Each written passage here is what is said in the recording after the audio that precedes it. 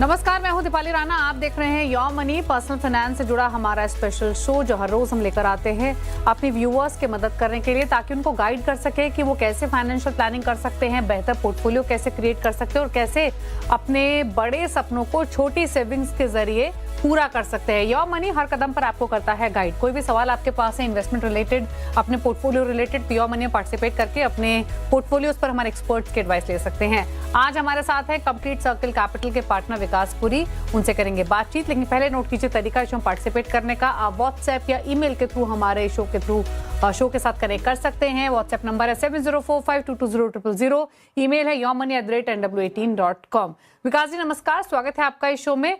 और क्वेरीज लेंगे, उससे पहले समझेंगे कि वॉलेटिलिटी इंडेक्स क्या होता है, क्योंकि आज ही हमने देखा जब ट्रंप की तरफ से स्टेटमेंट आया, ईरान के साथ सीज फायर ओवर हो चुका है और जिस तरीके से टेंशंस एस्केलेट हुई, एकाएक हमने विक्स में तेजी आते हुए देखी, मार्केट्स में प्रेशर आते हुए देखा। तो सबसे पहले इंडिया विक्स है क्या ये इंडिकेट करता है और क्या मायने हैं इसके स्टॉक मार्केट के पॉइंट ऑफ व्यू से? धन्यवाद दीपाली जी अपने शो में बुलाने के लिए। और देखिए, जो आपने बोला India VIX which is also called volatility index, या इसको फियर इंडेक्स भी बोलते हैं।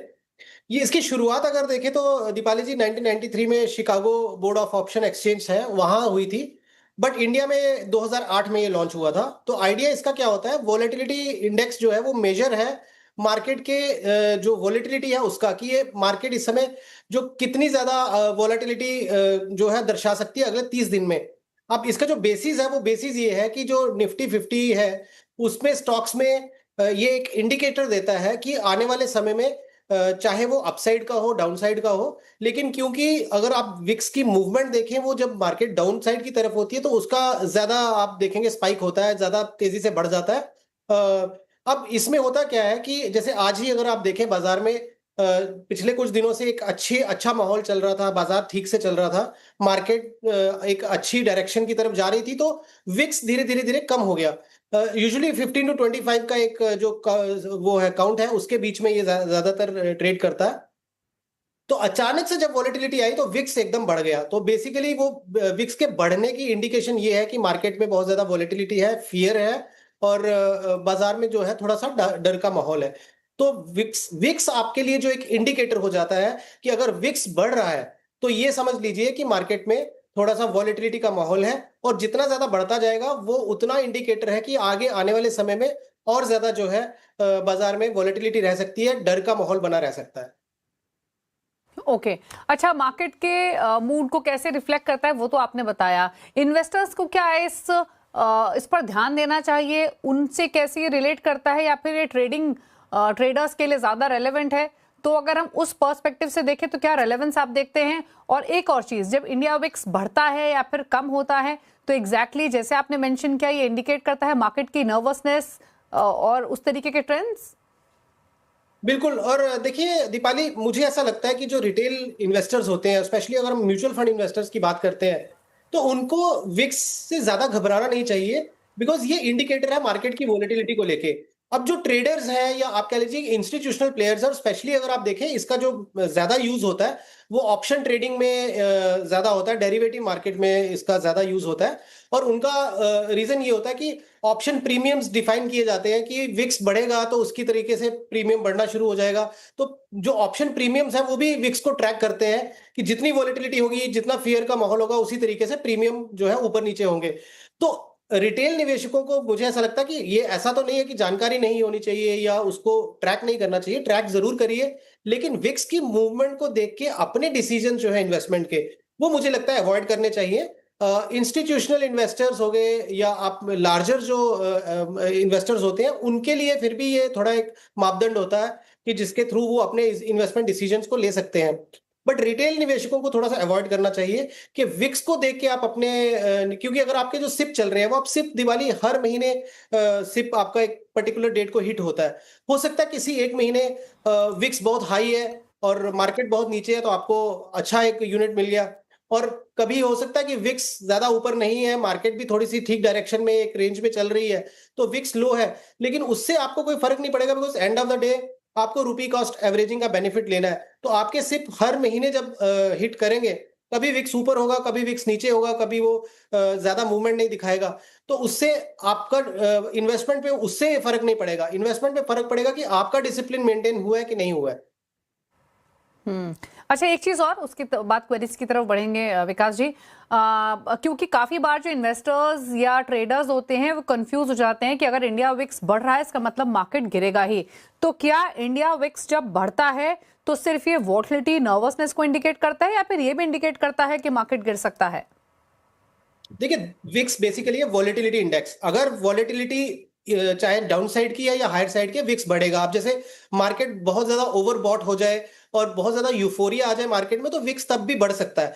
लेकिन यूजुअली अगर आप देखें तो जब डाउन साइड रिस्क ज्यादा होता है या डाउन साइड की तरफ में बिकवाली का जो माहौल है, डर का माहौल जब बनता है, पैनिक जब फैलता है मार्केट में, तब आप देखेंगे विक्स की मूवमेंट काफी शार्प होना शुरू हो जाती है। ये जो स्पाइक है बहुत ज्यादा होना शुरू हो जाता है।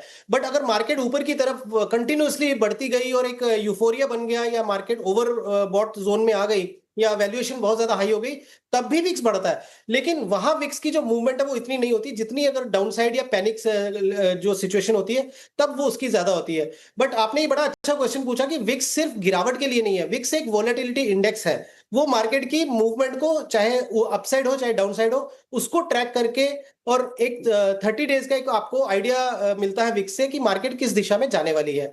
बट यस, ज्यादा विक्स को जो ट्रैकिंग आप कह लीजिए या जो उसकी स्पाइक है, वो जब डाउन साइड होती है तब वो ज्यादा मूवमेंट हो जाती है उसकी। ओके। अच्छा, इसके अलावा ये तो इनफैक्ट काफी क्लियर किया विकास जी ने कि वॉलेटिलिटी इंडेक्स होता है, ये जब बढ़ता है तो क्लियरली इंडिकेट करता है कि मार्केट में जो नर्वसनेस है, जो वॉलेटिलिटी है, वो बढ़ सकती है। कोई भी न्यूज़ फ्लो इसको ट्रिगर कर सकता है, सेंटिमेंट्स इसको ट्रिगर कर सकते हैं, लेकिन ये हमेशा ये इंडिकेट नहीं करता है कि मार्केट गिर रहा है। शायद इंडिया विक्स को देखते हुए आप ये आइडिया लगा सकते हैं कि थोड़ा सा कॉशियस रहे अगर नई पोजीशंस बना रहे हैं। बाकी रिटेल इन्वेस्टर्स के लिए, एसआईपी इन्वेस्टर्स के लिए मार्केट किसी भी तरीके का हो, इनफैक्ट आपको इन्वेस्टमेंट्स करनी चाहिए, एसआईपीस करनी चाहिए। वो हम हमेशा कहते भी हैं इस शो के जरिए, बाकी शो के जरिए, कि वो आप कंटिन्यू करिए। गिर रहा है तो आप सस्ते में खरीदेंगे उस फंड को, और बढ़ रहा है तो डेफिनेटली महंगे प्राइस पर, लेकिन एक एवरेजिंग का बेनिफिट जरूर मिलता है। लेकिन चलिए व्यूअर्स से करते हैं बातचीत। अमित, पहले व्यूअर नागपुर से हमारे साथ कनेक्टेड है सवाल पूछने के लिए। अमित नमस्कार, पूछिए क्या सवाल है आपका? नमस्कार मैम। मैम, जैसे मेरे पोर्टफोलियो में है मिड कैप के कुछ है, वो आज से मुझे वो रिव्यू करना है कि कौन से म्यूचुअल फंड में एग्जिट करूँ और कौन से नए फंड ऐड करूँ, ये पूछना था मुझे। अमित जी, मैं जैसे देख पा रही हूँ मेरे ख्याल से 15 फंड्स हैं आपके पास। 12 फंड्स तो है ही, 11-12 फंड्स। हाँ, तो Right? उसमें कौन से फंड मैं रखूँ या कौन से फंड से एग्जिट करूँ, ये। तो आपकी जो मंथली सिप है वो टोटल 45,000 की है? हाँ। और आपने कितना इकट्ठा कर लिया है और क्या आपका होराइजन है इसमें? अभी तो 13 लाख हो गए मैम। कुछ रिसेंटली फंड है अभी ऐड किए हुए, कुछ पुराने हैं 5-6 साल के। बट डेफिनेटली आपका पोर्टफोलियो काफी बड़ा है और क्या इसको कंसोलिडेट करने की जरूरत है, ये समझ लेते हैं। विकास, इनकी मंथली एसआईपीज चल रही हैं और वीकली एसआईपीज चल रही हैं, और जैसे मैं देख पा रही हूँ 3 तो इनकी वीकली एसआईपीज हैं। वीकली एसआईपीज में ICICI Pru mid cap 1500, 1000 ICICI Pru large cap, Motilal Oswal small cap 600, ये वीकली एसआईपीज हैं। और जो मंथली एसआईपीज हैं उसमें इनके पास मेरे ख्याल से 12 फंड्स होने चाहिए, 12-13 फंड्स हैं। Bandhan small cap, Nippon India small cap, HDFC defence fund, यहाँ 5-5 हजार के सिप कर रहे हैं along with HDFC mid cap. Then 3000 के सिप है बंधन लार्ज मिड कैप में, 2500 के सिप है Motilal Oswal large cap, Motilal Oswal mid cap, 2000 की Kotak multi asset, 2000 HDFC defence, then 1500 Tata mid cap, SBI gold fund में 2000, 1100 Nippon India flexi cap, ICICI Pru flexi cap 1000 और 1000 ही Kotak mid cap में। और जैसे इन्होंने खुद ही मेंशन कर दिया, मिड कैप्स में ओवरफ्लो किया हुआ है इन्होंने, क्योंकि काफी सारे फंड्स हैं। एज आई कैन काउंट, मेरे ख्याल से 4 या 5 फंड्स, इनके 4 फंड्स तो डेडिकेटेड मिड कैप है, देन लार्ज मिड कैप भी है, स्मॉल कैप भी है, फ्लेक्सी कैप भी इन्होंने 2-2 लिए हुए हैं, एलोकेशन थोड़ा है। तो क्या सजेशन, पहले तो इनके पोर्टफोलियो पर प्लस 10 to 15 ईयर्स के पर्सपेक्टिव से कितना एक्यूमुलेशन है मान के चले कर लेंगे, कंसीडरिंग अभी 13 लाख की पोर्टफोलियो की वैल्यू है? जी, देखिए अमित जी, आपने जो पोर्टफोलियो कंस्ट्रक्ट करना होता है तो स्ट्रैटेजी क्या रखते हैं लोग कि एक कोर पोर्टफोलियो होता है और एक सैटेलाइट पोर्टफोलियो जिसमें आप थीमेटिक या सेक्टोरल फंड लेते हैं। अब यूजुअली 7 टू 8 फंड्स के अंदर अंदर पूरा आपका जो निवेश खत्म हो जाना चाहिए। जैसे मान लीजिए आपने कोर फंड्स में एक फ्लेक्सी कैप ले लिया, एक मल्टी कैप ले लिया, एक मिड कैप ले लिया, एक स्मॉल कैप ले लिया। आपने उसके अलावा मान लीजिए आपने एक लार्ज एंड मिड ले लिया, और इसके अलावा आपने जैसे defence fund as a sector bet ले ली, या गोल्ड का कमोडिटी आपने ऐड कर लिया। तो 7-8 फंड से बियॉन्ड आपका पोर्टफोलियो नहीं होना चाहिए आइडियली। अगर आपने मान लीजिए कोई इंटरनेशनल फंड भी ऐड करना है, तो इसलिए हम वो 7 to 8 बोल देते हैं कि आपको पूरा अगर मार्केट का यूनिवर्स कैप्चर करना है तो हो सकता है आप 6-7 या 8 मैक्सिमम 8 फंड्स तक चले जाएं। अब क्योंकि शायद आपको भी ये रियलाइज हो गया कि आपका काफी सारा स्मॉल कैप का ओवरलैप हो रहा है, मिड कैप का ओवरलैप हो रहा है, तो वहां मैंने सब चीजों को देखते हुए, क्योंकि अब कई बार ऐसा होता है कि अगर आपके 13-14 फंड है और मैं बोलूं कि इसको साथ में करिए, तो 50% पोर्टफोलियो आपको जो है बंद करके पूरा रिस्ट्रक्चर करना है। तो इट इज नॉट इजी कि आप एकदम उसको कर लें, क्योंकि आपको कैपिटल गेन्स देखना है, आपको अपने एग्जिट लोड्स भी देखने होते हैं। तो जहां मुझे लगता है कि आप थोड़ा इजीली इसको कर सकते हैं और स्टेप बाय स्टेप अगर आप ये अपना चेंजेस करें, तो वो ऐसे रहेंगे कि आप क्या करिए, आईसीआईसीआई प्रू का आपका एक लार्ज कैप फंड है, आपका एक आईसीआईसीआई प्रू का ही मिड कैप फंड भी है, और आईसीआईसीआई प्रू का फ्लेक्सी कैप है।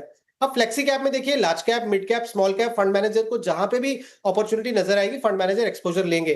तो क्यों ना आप अपना लार्ज कैप का फंड और मिड कैप का फंड फ्लेक्सी कैप के साथ मर्ज कर दें, तो 3 जो फंड है आपके वो सीधा एक फंड में हो जाएगा। और अगेन यहाँ पे आपको ऐसा नहीं होगा कि खाली लार्ज कैप में ही एक्सपोजर मिलेगा या खाली मिड कैप में ही मिलेगा, फंड मैनेजर अच्छे से उसको डायनेमिकली मैनेज कर लेंगे। तो ये एक चेंज कर लीजिए।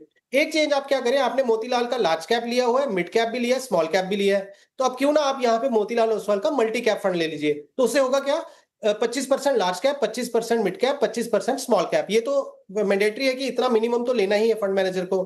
अब रिमेनिंग जो 25% बचा, उसमें फंड मैनेजर खुद से देख लेंगे कि आज की परिस्थिति जो है कौन से मार्केट कैप के लिए ज्यादा कंड्यूसिव है, तो फंड मैनेजर अपने तरीके से उसको मैनेज कर लेंगे। तो आपका एक तरह से लोड वहां भी कम हो गया कि आपको ये नहीं सोचना है कि मैं कौन सी मार्केट कैप में पैसा बढ़ाऊं, कौन सी में कम करूं, क्या करूं। तो वहां फंड मैनेजर को आप दे दीजिए ये काम। तो एक फ्लेक्सी कैप, एक मल्टी कैप, तो इससे आपके क्या होगा, लगभग 3 से 4 फंड जो है कम हो जाएंगे। उसके अलावा मिड कैप भी जैसे हमने देखा लिस्ट में काफी सारे हैं, तो टाटा मिड कैप आप बंद करके उसको मर्ज करके कोटक मिड कैप में शिफ्ट हो जाइए। तो आपका एक मिड कैप आप जो है वहां पे और कम हो गया आपका। इसके अलावा आप क्या करें कि जो मोतीलाल ओसवाल का मैंने क्योंकि आपको बोला कि तीनों फंड्स को मिला के आप एक मल्टी कैप फंड कर लीजिए, तो ऑब्वियसली वो 3 फंड की जो एसआईपी अमाउंट है वो ज्यादा हो जाएगी। तो वहां पे आप जो एलोकेशन है वो थोड़ी कम करके निपॉन फ्लेक्सी कैप में आप बढ़ा दीजिए। हालांकि आपको ऊपर आईसीआईसीआई में फ्लेक्सी कैप है, तो 2 फ्लेक्सी कैप की जरूरत नहीं है, बट जैसा मैंने बोला कि इतनी ज्यादा भी आप काट पीट करेंगे तो पोर्टफोलियो पे थोड़ा सा प्रॉब्लम हो सकता है। तो आप निपॉन फ्लेक्सी कैप का जो है सिप अपना बढ़ा दीजिए। बस ये फंड्स आप लेके चलिए, और फिर आगे और नए फंड्स ऐड करने की आपको जरूरत नहीं है। तो ये इस तरीके से आप करें। आपने जो अपना जो टारगेट सा बताया है कि 12-13 लाख का आपका पोर्टफोलियो वैल्यू ऑलरेडी बन चुका है, और 10 साल में कितना आप एक्सपेक्ट करते हैं, तो लगभग 1 करोड़ 38 लाख के आसपास अगर पोर्टफोलियो की यील्ड 12% की से आती है CAGR से, तो आप 1.38 करोड़ के आसपास अपना पोर्टफोलियो देखते हैं। और अगर यही मान लीजिए आप 15 साल तक रखते हैं, तो 2.8 करोड़ के आसपास आपका जो है कॉर्पस बन सकता है। ओके, तो डेफिनेटली अमित, बहुत सारे बदलाव आपको सजेस्ट किए गए हैं। पहली बात तो इतने बड़े पोर्टफोलियो की कोई नीड नहीं है, भले ही आप कितना भी अमाउंट एलोकेट करें, छोटा क्रिस्प पोर्टफोलियो बेहतर होता है इनफैक्ट मॉनिटर करने के लिए भी। तो इसीलिए रीबैलेंसिंग की नीड है आपके पोर्टफोलियो में। विकास जी ने, मैं रिपीट नहीं करूंगी क्योंकि काफी डिटेल में विकास जी ने यहाँ पर समझाया किन फंड से आपको एग्जिट करना है, किन फंड्स के साथ आपको पोर्टफोलियो क्रिएट करना है, या फिर कहाँ आपको एसआईपी एलोकेशन बढ़ाना है। तमाम डिटेल्स आप अपनी स्क्रीन पर देख भी सकते हैं, नोट कीजिए। तो छोटा पोर्टफोलियो बनाइए, डाइवर्सिफाइड बनाइए, वो बहुत इंपॉर्टेंट है। शुभम से बात करेंगे, नासिक से हमारे साथ है अगले व्यूअर। शुभम नमस्कार, पूछिए अपना सवाल। मैडम, मैं हर महीने एसआईपी करना चाहता हूँ 25 साल के लिए। ओके, तो मुझे 12 करोड़ का कोर्स जमा करना है इकट्ठा रिटायरमेंट के लिए। हाँ, तो कौन कौन से फंड्स में मैं चुनाव कर सकता हूँ 60,000 के लिए मंथली एसआईपी? 27 ईयर। 27 ईयर्स, और आप अभी से अपने रिटायरमेंट की प्लानिंग कर रहे हैं, कमेंडेबल है। यानी 50-52 ईयर्स में आप रिटायरमेंट प्लान कर रहे हैं, राइट? हाँ, बराबर मैडम। ओके, तो विकास जी बहुत अच्छी बात है। इनफैक्ट यंग इन्वेस्टर हैं, सिर्फ 27 साल के हैं, और अभी से 25 सालों का होराइजन लेकर रिटायरमेंट की प्लानिंग कर रहे हैं। और इंटरेस्टिंग ये है कि जिस एसआईपी अमाउंट के साथ शुरुआत कर रहे हैं वो भी डिसेंट अमाउंट है, 60,000 per month, which is decent. 12 crore का लक्ष्य लेकर चल रहे हैं। तो पोर्टफोलियो क्रिएट कीजिए इनके रिटायरमेंट प्लानिंग के लिए for 25 years with the target of 12 crore. So Deepali ji, बस एक ही वर्ड ऐड करूंगा इनके रिटायरमेंट प्लानिंग में कि ये फायर कॉन्सेप्ट पे चलना चाहते हैं, यानी फाइनेंशियली इंडिपेंडेंट, रिटायर अर्ली। तो आइडिया ये है कि आप जो 6 फंड लेना चाहते हैं, तो मैं आपको मतलब 60,000 की सिप करना चाहते हैं, तो अभी हमने जो रिसेंटली बात किया कि एक कोर एंड सैटेलाइट जो होती है अप्रोच, वो लड़ानी चाहिए, जिसमें कोर में आपके मैं 4 फंड्स आपको रिकमेंड करूंगा और सैटेलाइट के 2। Satellite means tactical funds. अब आप क्या करें, 60,000 को 6 फंड्स में डिवाइड करें, तो आप एक फ्लेक्सी कैप जो है स्ट्रैटेजी लीजिए, उसमें आप कोटक फ्लेक्सी कैप ले सकते हैं। एक आप मल्टी कैप लीजिए, जिसमें आप आईसीआईसीआई प्रू मल्टी कैप ले सकते हैं। एक आप मिड कैप फंड लीजिए, जिसमें आप एसबीआई का मिड कैप फंड ले सकते हैं, और एक आप स्मॉल कैप ले लीजिए, बंधन का स्मॉल कैप। अब ये जो आपके 4 कोर फंड्स है, कोर फंड्स का मतलब ये हो गया कि जब तक आप ये निवेश करना चाहते हैं 25 साल तक, वहां तक आप इसमें बने रहें, इसमें कोई चेंज करने की जरूरत नहीं है। हालांकि रिव्यू जरूर करते रहें, बट ये जो स्ट्रैटेजी है, flexi cap, multi cap, small cap and mid cap, ये आपका कोर पोर्टफोलियो हो गया, जिससे पूरा मार्केट का यूनिवर्स कैप्चर होता है। अब जो टैक्टिकल बेट्स आपको सजेस्ट करूंगा, वो करूंगा आपको एक फार्मा फंड, जो कि निपॉन इंडिया फार्मा फंड आप ले सकते हैं, और एक आप डिफेंस फंड ले लीजिए, जो कि मेरे एसेट का BSE India defence ETF FOF। ये मैं क्यों दे रहा हूं, क्योंकि फार्मा एक सेक्टर और जो डिफेंस एक सेक्टर है, जो उसकी आउटलुक अभी यहां से थोड़ी अच्छी दिखती है।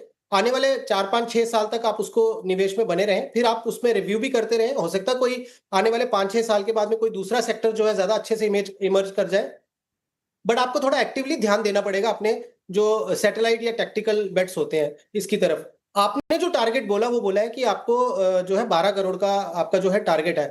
अगर मैं 60,000 की सिप लेता हूं 25 साल के लिए, और मान लीजिए कि पोर्टफोलियो 12% की दर से ग्रो करता है, हालांकि जो हमने फंड्स बोले हैं, इनका अगर आप पास्ट ट्रैक रिकॉर्ड 10-15 साल का देख लें, तो बहुत सारे फंड्स ऐसे हैं जो 12% से ज्यादा ही ग्रो किए हैं।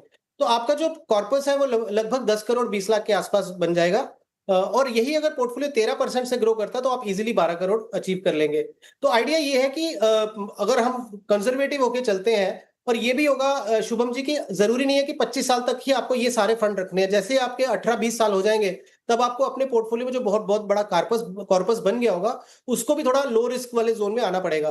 तो आइडिया ये है कि आपको जब जब बीच में कभी टॉप अप करने का मौका मिले या सिप का अमाउंट बढ़ाने का मौका मिले, तो उसको जरूर बढ़ाएं। As far as your target is concern, मुझे लगता है बहुत इजीली अचीव कर सकते हैं। बनिस्बत आप अपने ये जो फंड्स हैं वो डिसिप्लिन मेंटेन रखें 25 साल तक, इसमें से एग्जिट ना करें, और जब जब मौका लगे थोड़ा उसको बढ़ाते भी जाएं। विकास जी, 2 सवाल क्विकली। 6 फंड्स आपने कहे 10-10 हजार ईच डालने के लिए, क्या आप स्पेसिफिक फंड्स के नेम 6 बता सकते हैं, कौन से पिक करें? और दूसरा ये, क्योंकि 25 साल का होराइजन काफी बड़ा है, 2 साल में 3 साल में कब एक बार रिव्यू करें अपने पोर्टफोलियो को? देखिए दीपाली, 6 फंड जो है वो है Kotak flexi cap on the flexi cap side, ICICI Pru multi cap, Bandhan का स्मॉल कैप, एसबीआई का mid cap fund, Nippon India pharma fund, और मेरे एसेट का BSE India defence index fund ETF FOF। अब ये जो 6 फंड है, इनको हम ये उम्मीद करते हैं, क्योंकि सारे ही बहुत अच्छे जो आप कह सकते हैं रिकॉग्नाइज्ड फंड हाउसेज हैं, ट्रैक हिस्ट्री है, फंड मैनेजर सब अच्छे हैं इन फंड हाउसेज के, तो ये फंड आप कंटिन्यू रखें। हाँ, हर 2 साल 3 साल में आप रिव्यू ये जरूर करें कि हो सकता है किसी वजह से कोई पर्टिकुलर मिड कैप फंड जो है वो टॉप 4-5 फंड्स में एटलीस्ट 5 साल, मुझे लगता है दीपाली, किसी भी पोर्टफोलियो को देने चाहिए। 5 इयर्स में आप देखेंगे कोई भी कैटेगरी, चाहे फ्लेक्सी हो, मल्टी हो, मिड कैप हो, स्मॉल कैप हो, कोई भी आपके जो फंड है अपनी कैटेगरी के टॉप 5 फंड्स में अगर वो नहीं आ रहा है कंटिन्यूअसली फॉर 5 इयर्स, तो आप उसमें चेंज कर सकते हैं। तो मुझे लगता है अच्छा, फार्मा फंड कौन सा रिकमेंड किया आपने? फार्मा फंड कौन सा नेम लिया? Nippon India pharma fund. Nippon India pharma fund, ठीक है।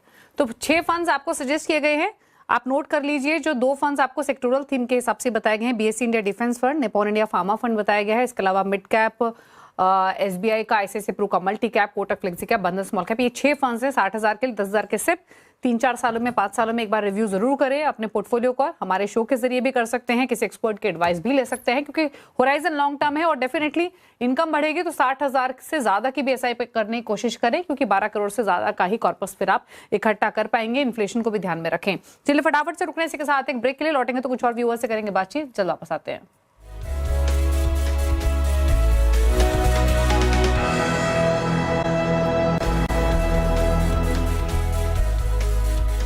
आप देख रहे हैं योर मनी, और आपके तमाम क्वेरीज को आंसर करने के लिए विकासपुरी हमारे साथ बने हुए हैं, जो कंप्लीट सर्कल कैपिटल में पार्टनर हैं। बात करते हैं कुछ और व्यूअर्स से। निखिल जोशी का एक सवाल आया है ईमेल के थ्रू पुणे से, उम्र है 36 साल, मंथली सिर्फ 23,000 है, पोर्टफोलियो की वैल्यू फिलहाल इनकी 6.25 लाख की है और 22 से 24 साल की इनकी निवेश अवधि है और हर साल 5% के स्टेप अप का भी इनका प्लान है। कौन से फंड है इनके पोर्टफोलियो में? Nippon India large cap 5000, HDFC flexi cap 5000, Kotak multi cap 3000, 2500 पर month, Motilal Oswal mid cap 2000 पर month, ICICI Pru multi asset, then again 2500 SBI contra में, Axis gold and silver ETF fund of fund में 1500 and 1500 बंधन small cap में। बताइए इनके लिए क्या सजेशंस रहेंगे? दीपाली, पोर्टफोलियो लेवल पे बहुत ऑनेस्ट होके बोलूंगा, मुझे कोई ज्यादा चेंज नजर नहीं आ रही, बिकॉज इन्होंने लार्ज कैप स्ट्रेटेजी ली है, मिड कैप स्ट्रेटेजी और स्मॉल कैप ली है, फिर एक मल्टी और फ्लेक्सी कैप भी ले लिया, तो कोर पोर्टफोलियो इन्होंने बहुत अच्छे तरीके से बनाया है। उसके अलावा इन्होंने जो मल्टी एसेट एलोकेशन लिया है, ऑब्वियसली उसमें कॉमोडिटी का, डेट का जो एक मल्टी एसेट जो स्ट्रेटेजी होती है वो भी इन्होंने ले ली। उसके अलावा एक गोल्ड सिल्वर प्योर इन्होंने फंड ले लिया। हालांकि मल्टी एसेट फंड में भी आपको कमोडिटी का एक्सपोजर मिल जाता है, बट उसमें एक लिमिट होती है कि उसके बियॉन्ड वो ज्यादातर फंड मैनेजर नहीं ले पाएंगे, तो यहाँ पे प्योर प्ले। तो ओवरऑल मुझे लगा कि फंड लेवल पे ठीक है। अब एक एक्स्ट्रा इन्होंने जो कॉन्ट्रेरियन व्यू जो लिया कॉन्ट्रा फंड, वो इन्होंने ऐड किया। तो कुल मिला के जो हम बात कर रहे थे कि 7 to 8 फंड्स के बियॉन्ड नहीं होना चाहिए, तो 8 फंड है। ये पोर्टफोलियो मुझे लगता है बहुत डिसेंट है और इनको कंटिन्यू करना चाहिए। अब इन्होंने जो ये एक चीज बोली है कि 5% के स्टेप अप करेंगे और 6.25 लाख का इनका जो है अभी कॉर्पस क्रिएट हो चुका है। अगर 24 इयर्स की ये बात करते हैं कि कितना कॉर्पस बनेगा, तो हम अगेन 12% के ही मापदंड से इसको देखेंगे कि 12% सीएजीआर से अगर ये पोर्टफोलियो ग्रो करता है, तो इनका जो आने वाले मतलब 24 साल का इन्होंने टाइम होराइजन जो बताया, तो लगभग 5 करोड़ का कॉर्पस इनका बन जाएगा। अब इसमें सिर्फ एक चीज ऐड करना चाहूंगा, क्योंकि जैसे इन्होंने बोला कि 5% में स्टेप अप करूंगा, तो just for the understanding of investors कि ये स्टेप अप किस तरीके से काम करता है। तो मान लीजिए 23 साल का, जैसे 23,000 का इन्होंने अपना बेस है, जो बेस ईयर से शुरू किया सिप, तो नेक्स्ट ईयर जब 5% बढ़ेगा, तो इनका जो है 23,000 के ऊपर 5% बढ़ेगा और सेकेंड ईयर में फिर उसके ऊपर बढ़ेगा। तो ऐसे करते करते अगर मैं प्रोग्रेशन बताऊं, तो 5th ईयर तक इनका जो सिप अमाउंट है वो 23,000 से बढ़ता बढ़ता 27,957 के आसपास पहुंच गया होगा। वैसे ही जब ये 10 साल कंप्लीट करेंगे, तो इनका जो मंथली सिप 10th ईयर में होगा वो 35,681 के आसपास का होगा। 15th ईयर में यही सिप बढ़ते बढ़ते जो है 45,538 का हो जाएगा। 20th ईयर में 58,120 का, और लास्ट में 24 साल के आसपास आते थे 70,000 के आसपास। तो मेरा आइडिया ये था कि मैं इनको ये एक प्रोग्रेशन बता दूं कि जब आप 5% स्टेप अप करते हैं, तो इस तरीके से वो जो आपका हर बेस ईयर के अगले नेक्स्ट ईयर बढ़ता है, फिर उसके अगले नेक्स्ट ईयर बढ़ेगा, तो कंपाउंडिंग से वो भी आपका सिप का जो इनपुट वैल्यू बढ़ती जाती है। तो ये प्रोग्रेशन मैंने उनको देने की कोशिश की कि इस तरीके से वो अपनी तैयारी भी रखें कि क्या क्या अमाउंट से इनका हर 5 साल में जो है सिप अमाउंट बढ़ेगा।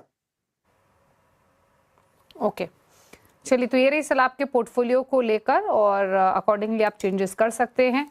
और ये भी आपको बताया गया है कितना कॉर्पस आप इकट्ठा कर पाएंगे और स्टेप अप करेंगे तो आपकी एसआईपी कितनी इंक्रीज होगी। बाकी आपका पोर्टफोलियो सही है और फिलहाल किसी बदलाव की कोई जरूरत नहीं है, बट एक कैलकुलेशन आप अपनी स्क्रीन पर देखी भी होगी कि अगर आप स्टेप अप करेंगे तो आपका SIP allocation with period of time कितना बढ़ जाएगा। अजीत से बातचीत करते हैं, पुणे से हमारे साथ कनेक्टेड है। अजीत नमस्कार, पूछिए अपना सवाल। हाँ नमस्कार मैडम। नमस्ते, पूछे अपना सवाल। हाँ मैडम, मेरा एसआईपी है मंथली 20,000 का। ओके।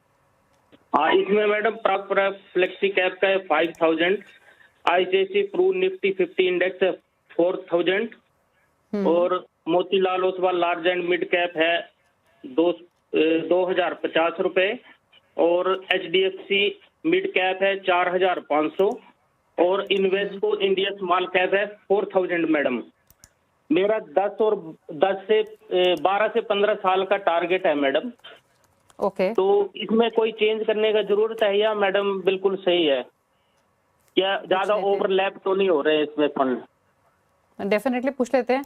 बताइए, इन्होंने अपना पोर्टफोलियो बताया और अपने गोल्स भी बताए, क्या सजेशन रहेगा? अजीत जी, एक ही चेंज आपको सजेस्ट करूंगा, क्योंकि आपने ICICI Pru Nifty 50 index fund लिया है। इंडेक्स फंड के लिए के पॉइंट ऑफ व्यू से या कोई नया निवेश जो शुरू कर रहे होते हैं, उनके लिए बेस्ट कैटेगरी होती है कि आप एक शुरुआत जो है वो इंडेक्स फंड से कर लें। बट अब क्या है कि अगर आप ओवरऑल लार्ज कैप अगर देखते हैं, उसमें 100 स्टॉक्स का अगर आपको एक्सपोजर लेना हो, तो आपके पास ऑप्शन 2 बचती हैं कि आप आईसीआईसीआई का एक निफ्टी 50 इंडेक्स ले लें और एक आईसीआईसीआई का ही निफ्टी 50 नेक्स्ट 50 इंडेक्स ले लें। तो फिर वो 2 फंड लेने पड़ेंगे आपको। क्यों ना आप क्या करें कि एक ही फंड में पूरा जो 100 स्टॉक्स का आपको एक्सपोजर मिले, तो वैसा आप फंड ले लें। तो उस केस में एचडीएफसी के पास में एक फंड है, HDFC Nifty 100 equal weight index fund. वो इक्वल वेट इंडेक्स फंड क्या होता है कि इक्वली वो डिवाइड कर देते हैं, क्योंकि अगर आप मार्केट का इंडेक्स देखेंगे, हो सकता है कि बड़ी कंपनी का जो वेटेज है वो 9% हो, किसी का 12% हो, किसी का 5 हो, किसी का 3 हो, किसी का 2 हो, लेकिन वहां पे क्या करते हैं कि एक ही सिंगल कंपनी में ज्यादा एक्सपोजर ना चला जाए, तो वो इक्वली डिवाइड हो जाता है। तो ये एक चेंज है जो आप अपने पोर्टफोलियो में कर सकते हैं। बाकी आप अपने फंड्स को कंटिन्यू रखें। 20,000 की आप सिप कर रहे हैं, 3 लाख आपका लमसम है, तो लगभग 12 साल में जो है 73,30,000 के आसपास आपका पोर्टफोलियो बन सकता है, 12% से अगर ग्रो किया, और यही 15 साल में लगभग 1,11,00,000 के आसपास आपका पोर्टफोलियो बनेगा। ठीक है, तो ये रही आपके पोर्टफोलियो को लेकर अजीत, और थोड़े से बदलाव आपको सजेस्ट किए गए हैं। कितना कॉर्पस आप इकट्ठा कर पाएंगे वो भी जानकारी दी विकास ने। चलिए पूछ लेते हैं विकास जी के टॉप 4 फंड्स जो हमारे व्यूअर्स नोट कर सकते हैं अगर पोर्टफोलियो क्रिएट करना चाहते हैं long term point of view से। बताइए विकास जी आपके टॉप पिक्स। सो दीपाली जी, मैं कोर फंड्स ही बोलूंगा, टैक्टिकल फंड्स नहीं बोलूंगा। तो कोर फंड्स में आप 4 स्ट्रेटजीज रखें, एक फ्लेक्सी कैप, एक मल्टी कैप, एक मिड कैप और एक स्मॉल कैप। फंड्स है कोटक फ्लेक्सी कैप, आप फ्लेक्सी कैप में, आईसीआईसीआई प्रू से आप मल्टी कैप फंड जो है वो मल्टी कैप एक्सपोजर ले सकते हैं। मिड कैप साइड में एसबीआई मिड कैप, और स्मॉल कैप में बंधन स्मॉल कैप। तो ये 4 फंड से आप जो है पोर्टफोलियो की शुरुआत कर सकते हैं। ओके, तो Kotak flexi cap, ICICI Pru multi cap, SBI mid cap, Bandhan small cap, ये चॉइसेस हैं एक पोर्टफोलियो क्रिएट करने के लिए, एक डाइवर्सिफाइड पोर्टफोलियो विकास जी के नजरिए से। Thank you Vikas ji show में आने के लिए, सभी क्वेरीज को आंसर करने के लिए। इसी के साथ एक ब्रेक का वक्त हो गया है। योर मनी में इतना ही। ब्रेक के बाद भी खबरें जारी है। नमस्कार।